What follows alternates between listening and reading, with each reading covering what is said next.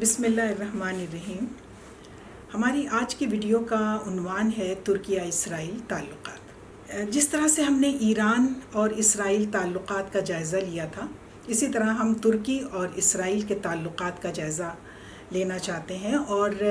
اس میں بھی ہمیں وہی اپس اینڈ ڈاؤنس نظر آتے ہیں۔ بعض جگہ ہمیں 180 ڈگری کا ٹرن نظر آتا ہے، جیسے کہ اس ایران کے ساتھ تھا۔ یہ قائم ہوتا ہے اسرائیل مئی 1948 میں، اور اس وقت کوئی بھی کسی بھی اسلامی ملک نے اس کو ایکسیپٹ نہیں کیا تھا، لہٰذا تقریباً 1 سال تو یہ لوگ اپنی جنگ ہی لڑتے رہے۔ 1948 میں اور 49 میں عربوں کی متحدہ فوجیں اور نئے قائم ہونے والے ملک اسرائیل کی جنگیں چلتی رہیں، اور اس میں جب ان کو عربوں کو شکست ہو گئی اور ان کو فتح نظر آنے لگی، تو پھر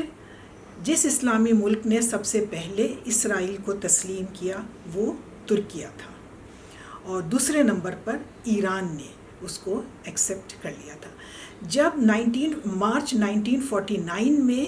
یعنی اسٹیبلشمنٹ آف اسرائیل کے تقریباً 11 مہینے کے بعد، 10-11 مہینے کے بعد جب ترکیہ نے اسرائیل کو ایکسیپٹ کر لیا، تسلیم کر لیا، پھر اس کے بعد ان کے ہمیں بڑے گہرے تعلقات نظر آتے ہیں۔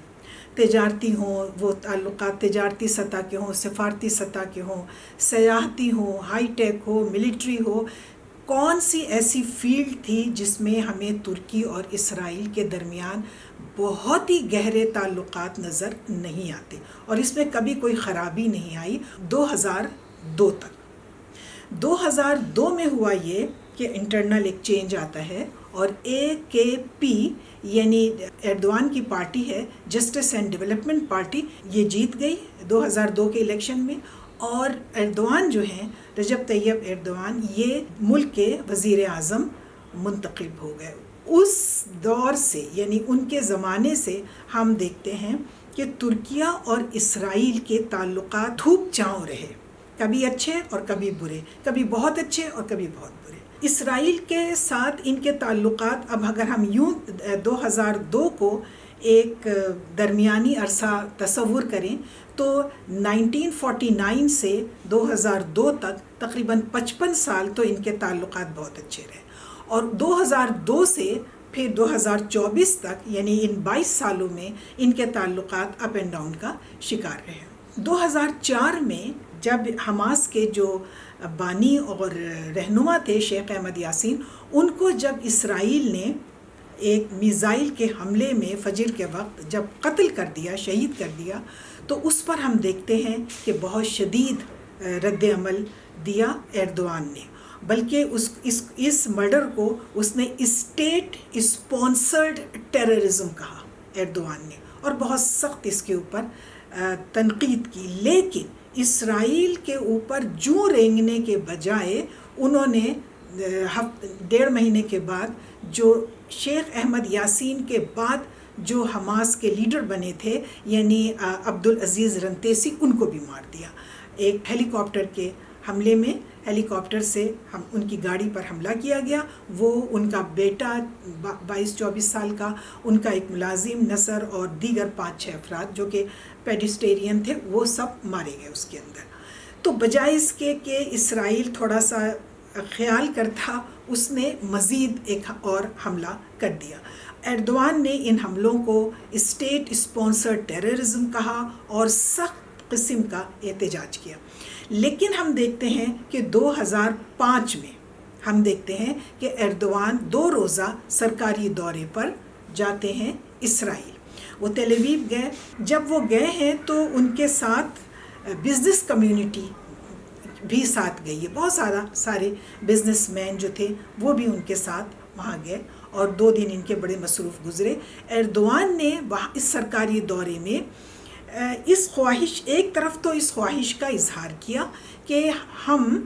فلسطین کے مسئلے کو حل کرنے میں انٹرسٹڈ ہیں، تاکہ اس خطے میں، یعنی مڈل ایسٹ کے اندر، جنگ و جدل اور بدامنی کا ماحول جو ہے وہ ختم ہو، اور ترقی اور پراسپیرٹی کا دور جو ہے وہ شروع ہو۔ ایک تو انہوں نے اس اپنے سرکاری دورے میں اس خواہش کا بھی اظہار کیا۔ پھر خیر سگالی کے جذبات کو دکھانے کے لیے وہ یاد وشم بھی گئے۔ یاد وشم ایک جگہ ہے تل ابیب میں جو ہولوکاسٹ کی یادگار ہے، اور اس کے ساتھ ہی ایک اور یادگاری مجسمہ ہے مصطفیٰ کمال اتا ترک کا۔ تو ایردوان ان دونوں جگہوں پر گئے، بلکہ اس کے بعد پریزیڈنٹ جو تھے، اسرائیل کے پریزیڈنٹ سے ملاقات کرتے ہوئے ایردوان نے یہاں تک کہا کہ میں سمجھتا ہوں کہ اینٹی سیمیٹزم جو ہے وہ ہیومینٹی کے خلاف کرائم ہے۔ تو یہ ایک بڑے اچھا جیسٹر دے کر کے 2005 میں یہ واپس آتے ہیں۔ 2006 میں انتخابات ہوتے ہیں، اور ان انتخابات کے نتیجے میں غزہ پٹی کے اندر حماس کو میجورٹی مل جاتی ہے، اور مغربی کنارے میں فلسطین اتھارٹی کو۔ فلسطین اتھارٹی کے محمود عباس جو تھے وہ صدر بن گئے، اور یہاں پر جو ایک محدود سیلف گورنمنٹ قائم ہوئی غزہ پٹی میں، اس میں اس وقت جو پولیٹیکل بیورو کے بڑے اہم لوگ تھے، ان میں خالد مشعل تھے، اسماعیل ہانیہ وغیرہ تھے۔ اچھا، اس 2006 میں ہی ترکی نے انہیں اپنے ملک میں آنے کی دعوت دی، لہٰذا اسرائیلی وزیر اعظم شمعون پیرس اور محمود عباس دونوں ترکیہ آئے، اور ترکی کی گرینڈ نیشنل اسمبلی GNA سے انہوں نے خطاب بھی کیا، اور ایک دن کے فرق سے شمعون پیرس نے اور محمود عباس نے گرینڈ نیشنل اسمبلی ترکیہ سے خطاب بھی کیا، اور اس میں بڑے اچھے ریمارکس دیے شمعون پیرس نے کہ جی ترکیہ جو ہے وہ بہت ایک برج کا کام کر رہا ہے، اور مڈل ایسٹ کا ایک بہت ہی اہم رکن ہے، اور اس کے جو ڈپلومیٹک ریلیشنز ہیں وہ ہم سب سے ہیں، یعنی فلسطین سے بھی ہے، اسرائیل سے بھی ہیں، شام سے بھی ہیں، امریکہ سے بھی ہیں، تو یہ ہمارے لیے ایک ایسا ملک ہے ترکی، اور اس کی خدمات جو ہمارے لیے بہت زیادہ اہم ہے۔ 2007 میں ہم دیکھتے ہیں کہ ایک دفعہ پھر صدر جو تھے، اسرائیلی صدر شمعون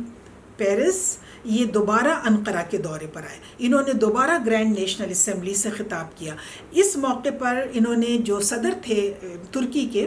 عبداللہ گل، ان کے ساتھ ملاقات کی، اور خاص طور سے ان کے 3 اسرائیلی قیدی جو ترکیہ کی قید میں تھے، ان کے بارے میں انہوں نے بات چیت کی کہ گڈ ول جیسٹر کے طور پر انہیں رہا کر دیا جائے، اور عبداللہ نے اس بات کا وعدہ کیا کہ وہ ان قیدیوں کو رہا کر دیں گے۔ تو اس طریقے سے ان کے تعلقات جو ہیں 2005، 6 اور 7 تک تو ٹھیک رہے۔ 2008 میں ایک معاملہ ایسا پیش آیا کہ پھر ان کے تعلقات خراب ہو گئے۔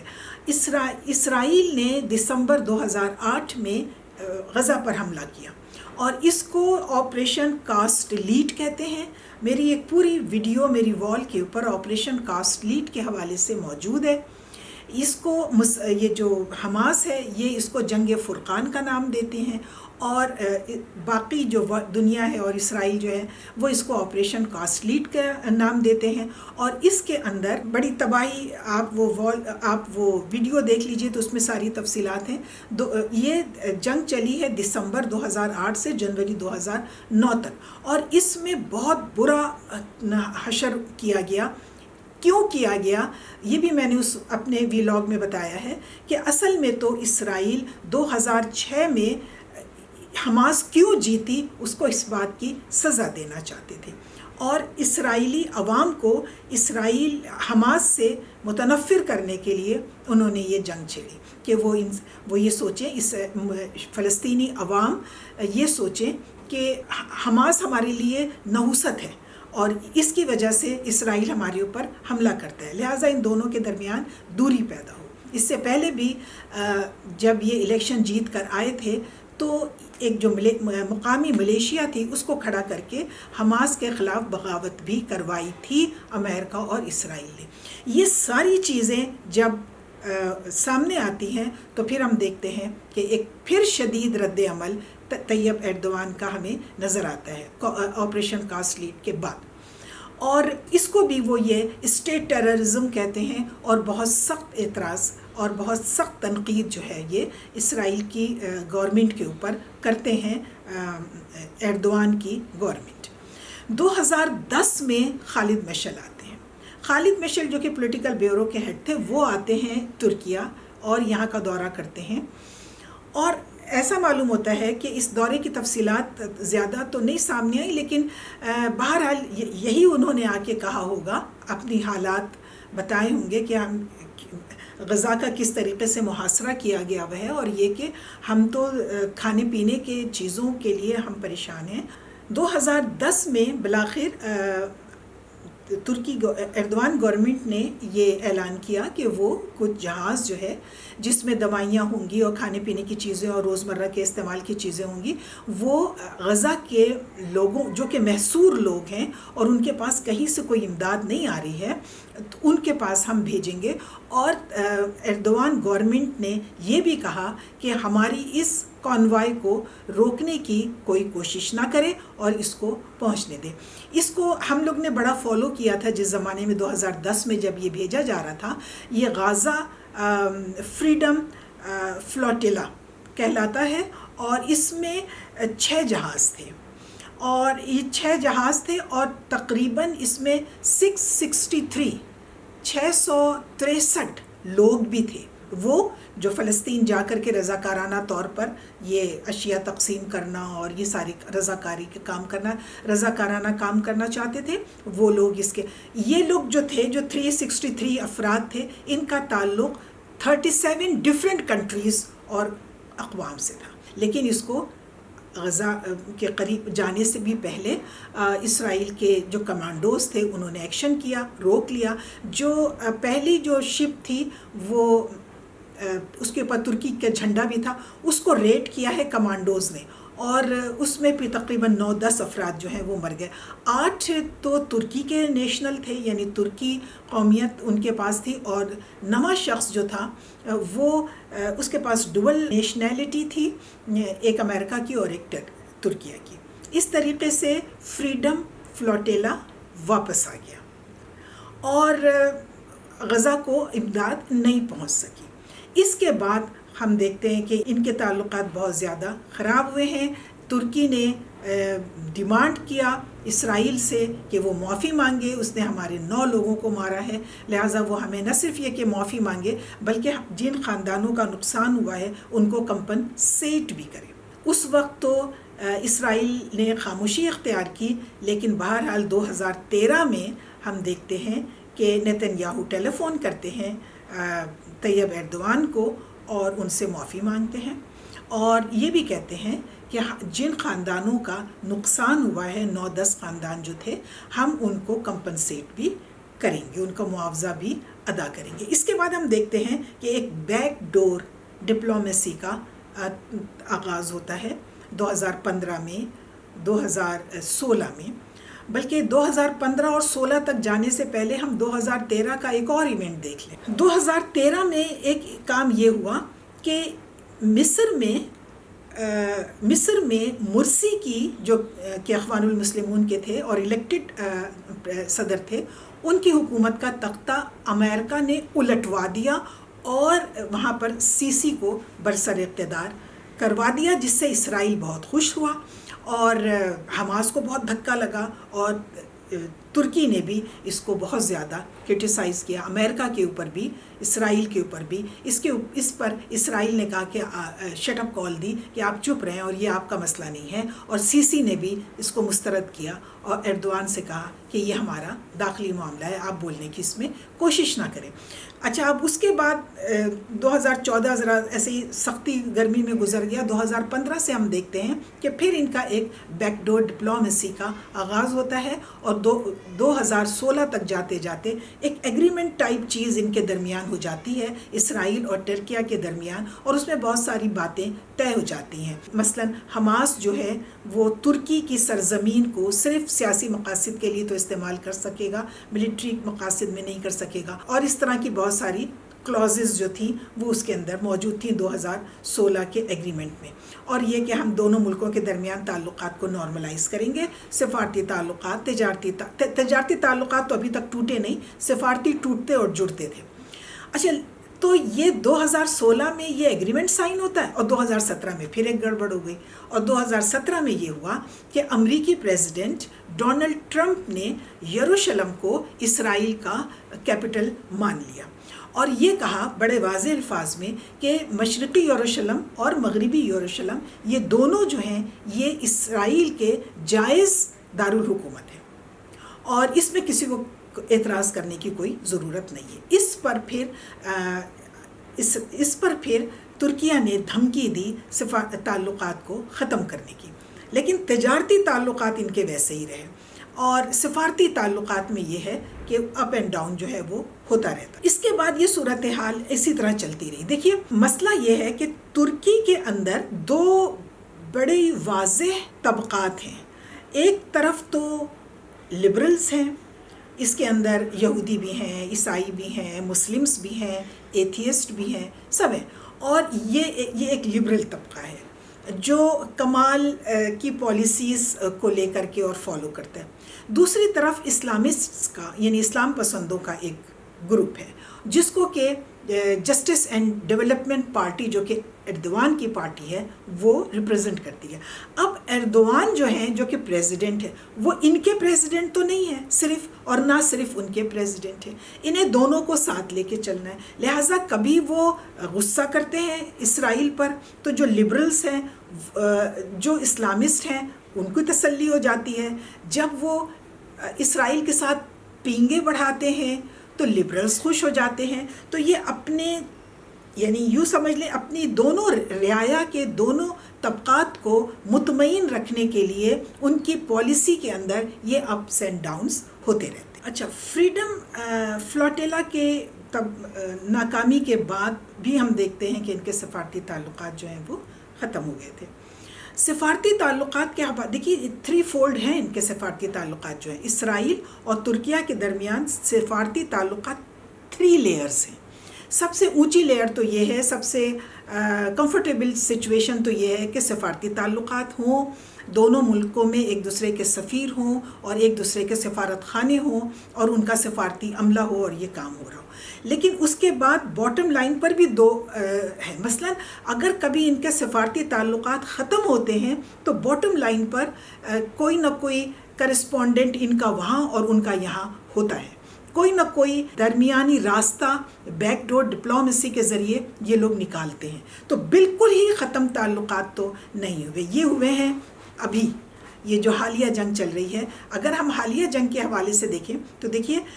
اپریل میں ہم دیکھتے ہیں 2024 اپریل 2024 سے ہم دیکھتے ہیں کہ ترکیہ کے اندر بہت سخت ناراضگی اور بہت سخت کرٹیسزم ایردوان کے خلاف آنے لگ گیا، جس کی دلچسپ بات یہ ہے کہ یہ صرف اسلامسٹ ہی نہیں کر رہے تھے کہ جی آپ کچھ نہیں کر رہے ہیں اور آپ صرف زبانی بیان بازی کر رہے ہیں اور آپ حماس کی مدد نہیں کر رہے ہیں اور وہاں اہل غزہ کو مرنے کے لیے چھوڑ دیا وغیرہ وغیرہ، تو صرف یہی نہیں کر رہے تھے بلکہ لبرلز بھی اب ان کے ساتھ آ گئے، لبرلز بھی آ گئے اور بہت بڑے بڑے ڈیمانسٹریشنز ہوئے ہیں انقرہ کے اندر اور استنبول کے اندر، اور امریکی سفارت خانے کے آگے، اسرائیلی سفارت خانے کے آگے ان لوگوں نے چیزیں جلائی ہیں اور اپنے بہت زیادہ غم و غصے کا اظہار کیا ہے۔ تو یہ پھر پریشر میں آئے ایردوان، اور اب تو ہو سکتا ہے ایردوان ایڈمنسٹریشن نے یہ بڑے مظاہرے خود کروائے ہوں تاکہ وہ یہ کہہ سکیں کہ بھئی ہم جمہوریہ ہیں اور ہمیں اپنے عوام کی بات سننی پڑے گی۔ 1 مئی 2024 کو انٹرنیشنل کورٹ آف جسٹس میں جو نسل کشی کا مقدمہ تھا اس میں فریق بننے کا بھی اس نے اعلان کیا، جس کی وجہ سے اس کی عوام کا غصہ تھوڑا کم ہوا۔ ان کے جو وزیر خارجہ ہیں حقان فیدان، وہ یہ کہتے ہیں کہ اسرائیل ظلم و ستم مسلسل کیے جا رہا ہے، 6 7 8 مہینے سے باقاعدہ نسل کشی کا مرتکب ہو رہا ہے، اس کے باوجود جواب دہ نہیں ہے اور نہ ہی اسے کسی قسم کی سزا کا سامنا کرنا پڑ رہا ہے۔ تو یہ بلکہ یہ جو حقان فیدان ہے انہوں نے یہ بھی کہا کہ یہ جو قبضے کی جنگ ہے، فلسطین کے اوپر اسرائیل کے قبضے کی جو جنگ ہے، یہ اب غزہ ورسز اسرائیل نہیں ہے، اب یہ غزہ ورسز اسرائیل نہیں ہے، بلکہ اب یہ پوری دنیا میں ظالم اور مظلوم کی جنگ ہے اور پوری دنیا کے ظالم اور مظلوم کے درمیان کی لڑائی ہے۔ پھر حقان فیدان نے یہ بھی کہا کہ اگر اسرائیل 1967 کی سرحدوں کو قبول کر کے پیچھے ہٹ جائے تو ہم مجبور کریں گے اسرائیل کو کہ وہ پیچھے ہٹے 1967 کی سرحدوں پر، کیونکہ حماس ان سرحدوں پر اسرائیل کے وجود کو تسلیم کرنے کے لیے راضی ہے، تو اب اسرائیل کو بھی راضی ہم کرنے پر مجبور کریں گے۔ یہ ان کے وزیر خارجہ نے ابھی مئی میں اس کا اعلان کیا۔ یہ جو بہت ہی شدید قسم کے انٹرنل پریشر آیا ہے ایردوان گورنمنٹ کے اوپر، تو انہوں نے 1 مئی کو وہ فیصلہ کیا اور 2 مئی کو انہوں نے تجارتی پابندیاں لگانے کا فیصلہ کر لیا اور یہ بھی کہا کہ اس کے اوپر فوری امپلیمنٹیشن ہوگا۔ 2 مئی 2024 کو تجارتی پابندیاں لگا دی گئی اور جمعے کی نماز کے بعد 3 مئی کو ایردوان نے اسرائیل پر شدید تنقید کی اور یہ کہا کہ $9.5 بلین کا تجارتی حجم موجود ہے ان دونوں ممالک میں، یعنی ترکیہ اور اسرائیل کے ساتھ ہمارا جو تجارتی حجم ہے وہ $9.5 بلین کا ہے، اور ہم نے اس پر پابندی لگا دی ہے 2 مئی کو، اور جس کے اوپر فوری امپلیمنٹ ہو رہا ہے۔ اس کے ظاہر ہے کہ ترکیہ کے اوپر بڑے منفی اثرات پڑیں گے، لیکن ہم یہ برداشت نہیں کر سکتے کہ نہ وہ ICC کا خیال کر رہا ہے، نہ وہ UN میں پاس ہونے والی سیز فائر کی قراردادوں کا پاس کر رہا ہے، نہ وہ انٹرنیشنل کورٹ آف جسٹس کی بات سن رہا ہے، وہ کسی کی بات نہیں سن رہا ہے، اور ہم غزہ میں لوگوں کو مرتے ہوئے اس طریقے سے نہیں دیکھ سکتے۔ لہٰذا ٹھیک ہے کہ ہماری معیشت پہ منفی اثرات پڑیں گے، لیکن ہم اس کو برداشت کریں گے۔ اور ترکیہ کی وزارت تجارت نے یہ کہا کہ جب تک جنگ بندی نہیں ہوتی 54 مختلف کیٹیگریز کے مصنوعات کی برآمدات پر پابندی رہے گی، اور یہ اطلاق فوری طور پر انہوں نے کیا ہے۔ اس پر اصل میں ہوا یہ کہ اپریل میں ترکیہ نے اجازت مانگی اسرائیل سے ایئر ڈراپ کی، کیونکہ وہاں بہت برا حال ہے، دونوں قحط کی صورتحال ہے، بچے میل نیوٹریشن کی وجہ سے مر رہے ہیں، لوگوں کو 3 دن کھانا نہیں ملتا ہے۔ تو ترکیہ نے یہ اجازت مانگی تھی اسرائیل سے کہ ایئر ڈراپ کی اجازت دے دے تاکہ وہ کچھ میڈیسن اور سامان کھانے پینے کا وہاں پر ڈراپ کر سکے۔ اسرائیل نے اس کی اجازت نہیں دی تھی اپریل میں، تو اس کے بعد سے ترکیہ کے اندر بڑے بڑے مظاہرے ہو رہے ہیں، اور ان مظاہروں میں مذہبی اور اسلامی لوگ تو تھے ہی، لیکن اب سیکولر لوگ بھی شامل ہو گئے تھے۔ بہت بڑے اور بہت میسو قسم کے جلسے اور جلوس تھے جن کے آگے پھر ان کو ایردوان گورنمنٹ کو کچھ نہ کچھ اقدام کرنا تھا، اور اس کی وجہ سے ان کی وزارت تجارت نے تمام تجارتی پابندیاں لگانے کا فیصلہ کر لیا۔ اس طریقے سے ایردوان کم سے کم اس کرٹیسزم سے بچ گیا جو حالیہ دنوں میں اس کے اوپر بہت زیادہ ہو رہا تھا۔ تجارتی پابندیوں کا یہ جو فیصلہ تھا، اس کے اوپر انقرہ میں جو فلسطینی سفیر ہیں مصطفیٰ، انہوں نے اس کا خیر مقدم کیا اور کہا کہ ترکیہ حملوں کے آغاز کے وقت سے ہی غزہ میں فیلڈ ہسپتال قائم کرنے کی تیاری کر رہا ہے، اور اس کے لیے انہوں نے سارا سامان بندرگاہ پر بھی پہنچا دیا تھا اور العریش ہوائی اڈے پر بھی پہنچا دیا تھا، لیکن اسرائیل نے ان کو غزہ میں کہیں پر بھی داخل ہونے سے روک دیا تھا، اور انہیں فیلڈ اسپتال جو وہ قائم کرنا چاہ رہے تھے اس سے بھی انہوں نے روک دیا۔ بلکہ صرف یہی نہیں کہ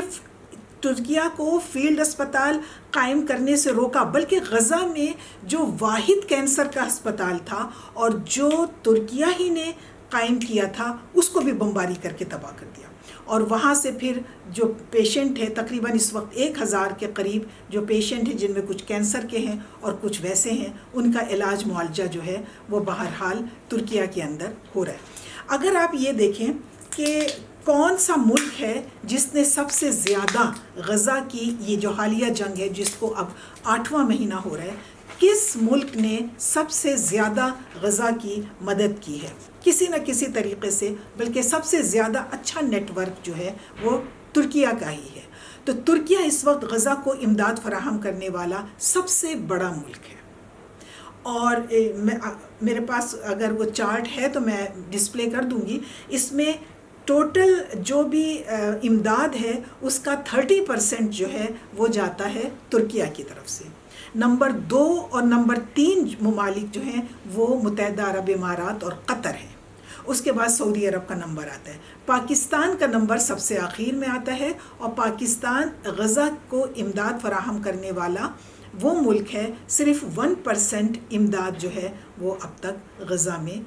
پہنچ سکی ہے. یہ جو حالیہ تجارتی